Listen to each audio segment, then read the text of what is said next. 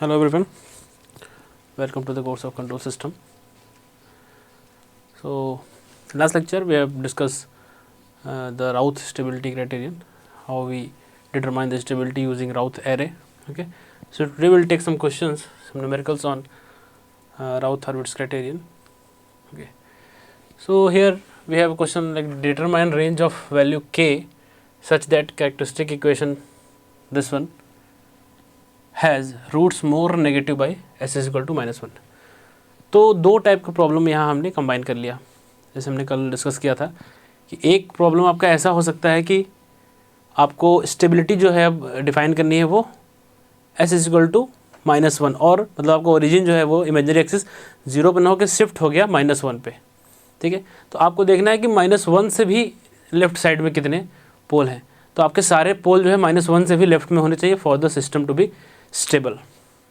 इसलिए यहाँ पे पूछा भी है कि has roots more negative by s equal to -1, मतलब आपको दिखाना है कि एस इक्वल टू -1 से भी लेफ्ट में, उसको हम सिस्टम को स्टेबल बोलेंगे। ठीक है, तो अभी कभी भी आपके पास ऐसा आए ना क्वेश्चन कि आपका एक्सिस चेंज कर दे, एस इक्वल टू -1 -2 या एस इज इक्वल टू +1 कर दे, तो वो राइट शिफ्ट कर देगा आपका ओरिजिन। ठीक है, तो उसके लेफ्ट में देखेंगे हम, उसके लेफ्ट में सारा स्टेबल मानेंगे। ठीक है, तो जब शिफ्ट करना होता है तो उसके लिए क्या करना है आपको, जैसे एस इज इक्वल टू -1 किया है तो आपको जस्ट क्या करना है, जो भी आपका पॉलिनोमियल है वहाँ पे उसको आप कुछ z-1 कर दीजिए, s के प्लेस पे आप z-1 कर दीजिए। s इज इक्वल टू +1 होता तो s के प्लेस पे z+1 कर देते और पूरे पॉलिनोमियल को खोल के z के टर्म में बना लेते, z के टर्म में पॉलिनोमियल हो जाता और उसको फिर नॉर्मल जैसे राउथ एरे बनाते हैं स्टेबिलिटी देखते वैसे ही देखते कि फर्स्ट कॉलम के साइन चेंजेस वगैरह। ठीक है, ये और एक बात हम कर रहे थे कि रेंज ऑफ के, स्टेबिलिटी मान लेंगे कि सिस्टम स्टेबल है और फिर उसके बाद देखेंगे कि के की रेंज क्या है। ठीक है, ये दोनों टाइप के क्वेश्चन हमने इसमें ऐड कर दिए। तो चलो पहले हिसाब से स्टार्ट करते हैं कि पहला तो क्या हमारा एक्सिस जो है, जो ओरिजिन है वो शिफ्ट हो गया एस इज इक्वल टू -1। अब हमके -1 के लेफ्ट में देखना है। ठीक है, तो इसका मतलब हमने एस के प्लेस पे क्या लिख देना है, z-1। तो हमारा नया अगर यहाँ पे बात करें हम उसकी अपने कैरेक्टरिस्टिक इक्वेशन की, वो क्या हो जाएगी, z-1 का क्यूब s के प्लेस पे कर दिया +3k+1 z-1 का स्क्वायर +7k+5 z-1 और +4k+7 इज इक्वल टू 0। अब क्या करना है आपको, अब अपना ये पूरा जो पॉलिनोमियल है जेड के टर्म में बनाना है। तो जेड के टर्म में कैसे बनेगा, खोल दीजिए इसको। जैसे एक a माइनस बी का होल क्यूब है तो ये कैसे खोलता है, जेड का cube a cube minus b cube minus 3a² b plus 3ab square, इस तरह से इसको खोल देंगे सारे टर्म को। तो Z cube -1 minus 3z² okay minus +3। ठीक है, आगे बढ़ेंगे फिर 3k+3 और आगे इसको z², ठीक है, a माइनस बी का square a² plus b² minus 2ab। ठीक है, फिर आगे बढ़ेंगे, सारे आपको एक्सपेंड करना है, सिंपल अलजेब्रा।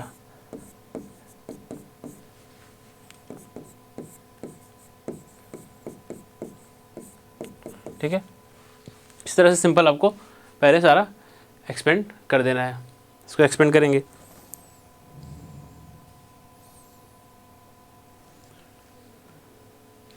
यहाँ पे कुछ मिस है क्या, हाँ जेड मिस है।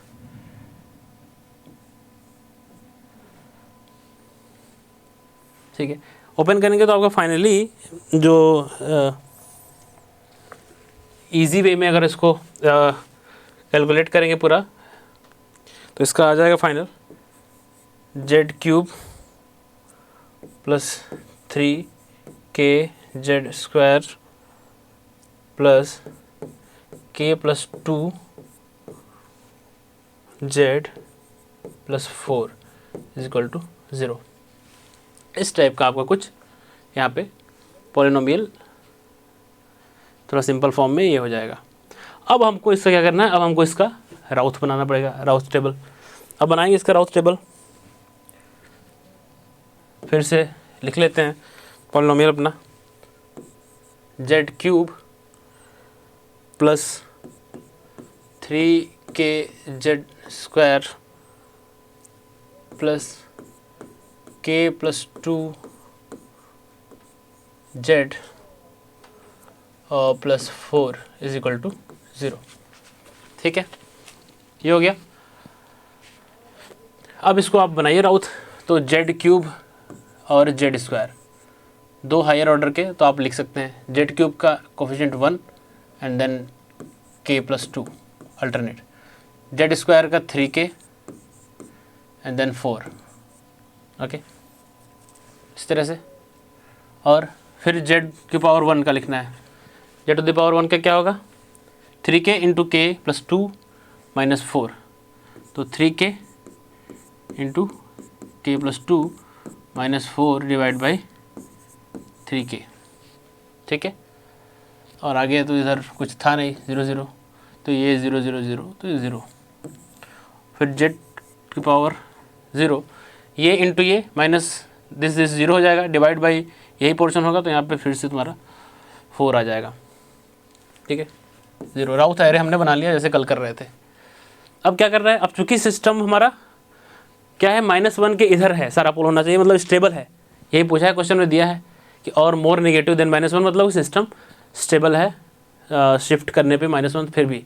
तो स्टेबल होने के लिए क्या चाहिए हमको, हमारा सारा पहला कॉलम जो है पॉजिटिव चाहिए। तो हमें लिखना चाहिए for the system to be stable, लिखिए चाहे इस क्वेश्चन के हिसाब से, for the roots of characteristic equation to be more negative than -1। ठीक है, for the system to be stable, सारे ये पॉजिटिव होने चाहिए। तो 3k should be greater than 0, तो यहाँ से k should be greater than 0 तो आएगा ही। और क्या, ये पोर्शन जो है ये भी हमारा ग्रेटर देन 0 होना चाहिए, पॉजिटिव होना चाहिए, साइन चेंज नहीं चाहिए। तो 3k² plus 6k minus 4 okay by 3k should be greater than 0। ठीक है, ये भी होना चाहिए। तो यहाँ से आपको क्वाड्रेटिक इक्वेशन सॉल्व करेंगे, तो यहाँ से एक k की वैल्यू आ जाएगी। तो एक आपका हो गया k should be greater than equal to 0.54 something आएगा, हाँ 0.54। ठीक है, तो ये आपकी k की रेंज हो गई। मतलब k अगर हमारा ग्रेटर देन 0.54 होगा तो जितने भी रूट्स होंगे कैरेक्टरिस्टिक इक्वेशन के वो सारे more negative than s equal to -1, मतलब सारे s इक्वल टू -1 के लेफ्ट में ही लाई करेंगे, सिस्टम हमारा स्टेबल होगा। ठीक है, ओके। चलिए एक टाइप के और क्वेश्चन देखते हैं। ये देखते हैं, यहाँ आपको दिया हुआ है ओपन लूप ट्रांसफर फंक्शन, कुछ इस टाइप का दिया है। Discuss stability of close loop system in terms of k। यहाँ भी k की कुछ रेंज बतानी है, क्लोज लूप स्टेबिलिटी बताना है। लेकिन यहाँ आप देख रहे हैं कि e⁻⁻s का टर्म यहाँ पे दिया हुआ है। तो अगर मैं कैरेक्टरिस्टिक इक्वेशन लिखूँ दैट इज़ 1 + gh, तो उसमें e⁻⁻s आ जाएगा, तो फंस जाएगा हमारा। हम राउथ एरे बनाएंगे कैसे, इस टाइप का तो कुछ आइडिया है नहीं अभी तक के लिए। तो इसमें थोड़ा सा अप्रॉक्सीमेशन आपको लेना पड़ेगा। क्या लेना पड़ेगा, e⁻⁻s को बाइनोमियल आप अगर ओपन करेंगे, इसके सीरीज़ लिखेंगे, सीरीज़ अगर जो पढ़ते होंगे बाइनोमियल में, तो इसका हो जाएगा क्या 1 - s plus s² minus s³, ऐसा सीरीज चलेगा। ठीक है, ऐसा इसका सीरीज आगे चलता जाएगा।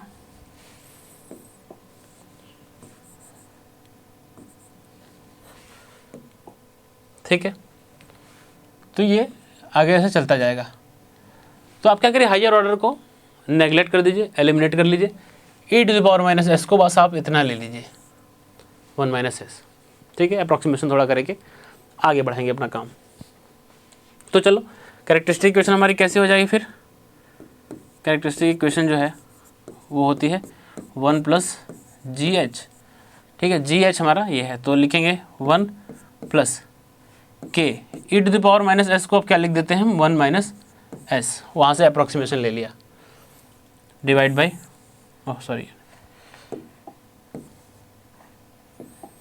डिवाइड बाई s² + 2s + 1, ठीक है। अब इसको = 0 कैरेक्टरिस्टिक इक्वेशन, इसको ओपन करेंगे तो क्या आ जाएगा आपका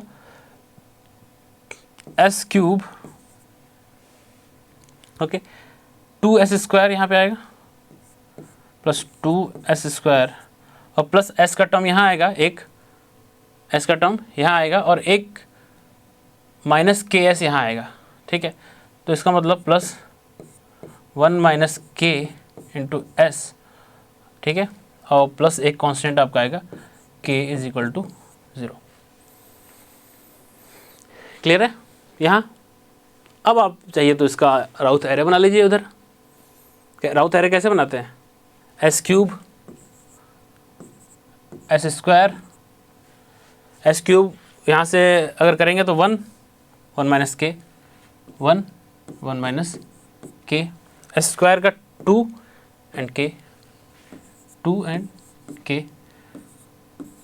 s⁻1 लिखेंगे कैसे 2 × 1 - k minus k × 1 divide by 2, तो 2 1 - k minus k × 1 divide by 2, ठीक है 0 0 s⁻0 ये डिवाइड मल्टीप्लाई होगा इससे 2 0 से होगा 0 हो जाएगा, डिवाइड बाई फिर इससे करना है तो k बच जाएगा इधर, ठीक है। ये आपका राउथ टेबल तैयार हो गया। राउथ टेबल तैयार हो गया तो आप कह सकते हैं कि भाई पहला तो for the system to be stable, for stability क्या, पहला तो ये k should be greater than 0, कोई भी हमें नेगेटिव नहीं चाहिए, पॉजिटिव चाहिए, साइन चेंज नहीं चाहिए पहले कॉलम में, और एक पहले कॉलम में ये टर्म है तो ये भी ग्रेटर देन 0 होना चाहिए, तो 2 1 - k minus k divide by 2 should also भी ग्रेटर देन 0, तो ये भी अगर ग्रेटर देन 0 होना चाहिए तो k की वैल्यू यहाँ से क्या मिलेगी आपको,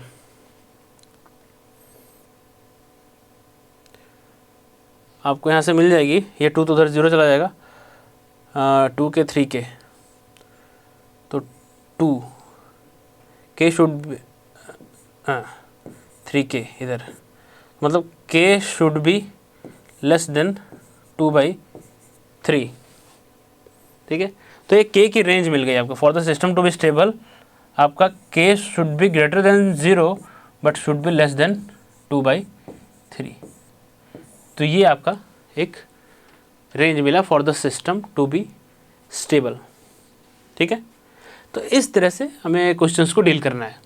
तो कुछ भी कई बार आपका ब्लॉक डायग्राम बनाएगा, उसमें ओपन लूप सिस्टम रहेगा, उसका कैरेक्टरिस्टिक इक्वेशन लिखेंगे, राउथ टेबल बनाएंगे, और फिर वो कुछ अननोन रहेगा इस तरह से k, और पूछेगा कि सिस्टम की स्टेबिलिटी बताइए, ठीक है। तो k की वैल्यू रेंज बताइए, सिस्टम स्टेबल है। तो कई बार ऐसा भी हो सकता है बोले सिस्टम मार्जिनल स्टेबल है, तो आप k की वैल्यू बताइए कहाँ मार्जिनल स्टेबल है, तो वहाँ वही सीन आएगा कि हमारा कंप्लीट रो 0 हो जाएगा। मार्जिनल स्टेबल का मतलब कंप्लीट रो कहीं 0 होगा, तो फिर आप क्या करेंगे, आप ऑक्सिलरी इक्वेशन लिखेंगे उसके जस्ट ऊपर के ऑर्डर वाली, और वो ऑक्सिलरी इक्वेशन को सॉल्व करेंगे तो आपको वहाँ पे रूट्स मिल जाएंगे जो कि इमेजिनरी एक्सिस पे हैं मार्जिनल स्टेबल होने के लिए, और उन रूट के करस्पॉन्डिंग आपको k की वैल्यू मिल जाएगी, ठीक है।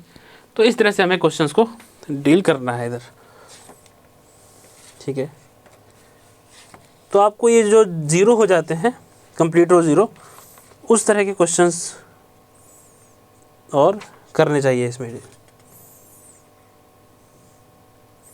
उसको हमने डिस्कस किया हुआ था कल, कंप्लीट और जीरो हो जाना है तो हमें सिर्फ ऑक्सिलरी इक्वेशन ऊपर उसको डिफ्रेंशिएट करके रिप्लेस कर देना है, ठीक है।